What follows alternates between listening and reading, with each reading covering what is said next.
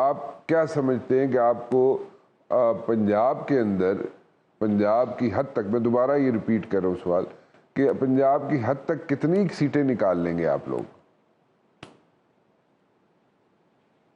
राणा साहब, हमारा जो पार्टी के अंदर कंसल्टेशन और डिस्कशन हुई है, या अभी हम हल्का वाइज जब अपने सारा होमवर्क कर रहे हैं, तो हमारी तो ख्वाहिश ये है कि पाकिस्तान के हर हल्के से हमारा कैंडिडेट खड़ा हो, क्योंकि हम फर्स्ट टाइम रनर होंगे इन नेशनल इलेक्शंस। तो उसके कॉन्सिक्वेंसेस, रिजल्ट्स जो हैं वो जो भी हों, हमें हर हल्के में अपनी आवाम को अपने मैनिफेस्टो के ज़रिए अपील ज़रूर करनी चाहिए।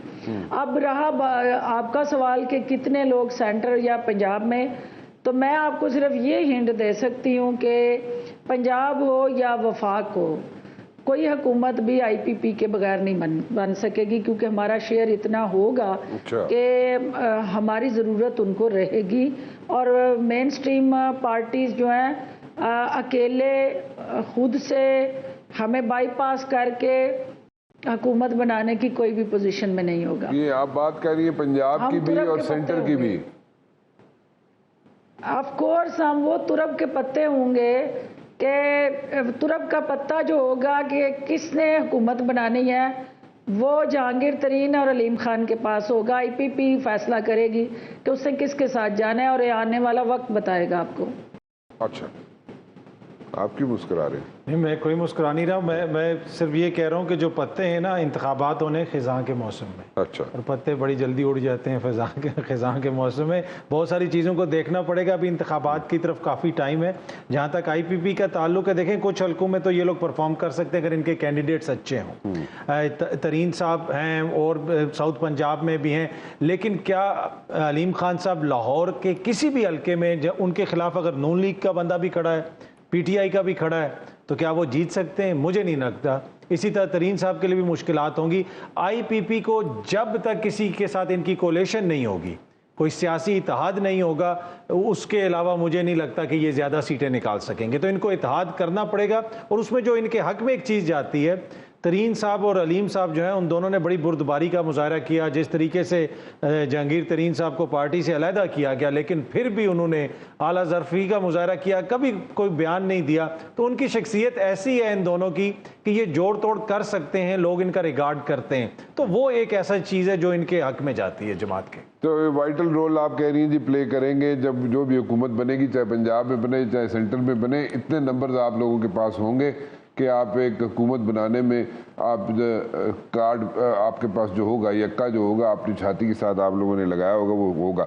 एक very quickly I would like to ask you कि आप are you comfortable in this party, और आपके जो आखिरी वक्त में आपके साथ जो पीटीआई ने किया वो भी कोई अच्छा तो नहीं था, कोई अच्छा सलूक आपके साथ नहीं हुआ था, और आपसे भी लोग बहुत इनसिक्योर थे, और आपसे भी लोग नाराज़ भी थे, इनसिक्योर भी थे, और कोशिशें की लोगों ने कि किसी न किसी तरीके से फिरदौस आशिक अवान को साइड पे किया जाए कि फुटबॉल भी खेड लेंदी है, हॉकी भी खेड लेंदी है, जूडो कराटे भी कर लेंदी है, तो इनू साइड ते कर दियो, बंदा भी कुट लेंदी।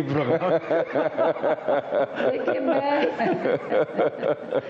मैं इसमें ये कहना चाहती हूँ राणा साहब कि ना मेरी अपने सियासी हरीफों के साथ कोई ज़ाती दुश्मनी थी, ना मेरी कोई उनके साथ कोई जायदाद और ज़मीन का झगड़ा था, ना को मेरे उनके साथ कत्ल के वैर थे। मैं इमरान खान के साथ नेक नीति के साथ वो वफादारी निभा रही थी, और उसके उस बयानिए पे कन्विंस्ड थी, क्योंकि मुझे बड़ी क्लैरिटी थी कि ये जो कह रहा है ये ठीक कह रहा है। तो इसी वजह से मैं हर महाज पे खड़े होकर डट के उसका दिफा कर रही थी। लेकिन बदकिस्मती से जब मैं, जो इंफॉर्मेशन मिनिस्टर होता है वो बड़ा करीब से देखता है चीज़ों को, और जो चीज़ें मैंने करीब से देखी, फिर मेरे भी हाथ भी उसी तरह बिखरे जिस तरह पाकिस्तान के बिखरे हैं, और फिर मेरी तवक्कुआत भी उसी तरह किरची किरची हुई कि जो सादक और अमीन थे हमारे, वो किस तरह से पाकिस्तान के वो अब तो 26 करोड़ अवाम हो गए हैं, उनको वो डिलीवर करने में नाकाम हुए, वो अपने मैनिफेस्टो पे अमल करने में बुरी तरह फेल हुए और जो गैंग था उनका वो कामयाब हो गया। गैंग जो है वो उसने पैसे कमा लिए, वो खरबपति बन गए, अरबपति बन गए और पीटीआई को उन्होंने उस कुएं में धकेल दिया जहां से अब निकलना मुझे दूर दूर तक नजर नहीं आ रहा। लेकिन आज भी मेरे सियासी मुखालिफिन को ये पता है कि मैंने जिसके साथ खड़ा होना है मैंने क्लैरिटी से खड़ा होना है, क्योंकि मैं मुनाफिक नहीं हूँ। मैं ये नहीं कर सकती कि मेरे दिल में कुछ हो और मेरे दिमाग में कुछ हो या मेरी जुबान पे कुछ हो। मेरे कॉल और फेल में आपको तजाद नजर नहीं आएगा। नहीं, इसमें कोई शक नहीं है। इसके दिल के साथ नहीं, बात ठीक कह रही हैं, बात सही कह रही हैं आप कि पार्टी के नैरेटिव और अपने आईपीपी के उस मैनिफेस्टो के साथ आई हूँ और मैं ये समझती हूँ कि ये पाकिस्तान के लिए आई हूँ। मैं पाकिस्तान के नेशनल इंटरेस्ट और अपने हल्के के पब्लिक इंटरेस्ट के लिए इनके साथ आई हूँ। तो मैंने दोनों के मफादात का तहफ़्फ़ुज़ करना है। ठीक है बीबी, और रियासत और सियासत दोनों को साथ लेके चलना है।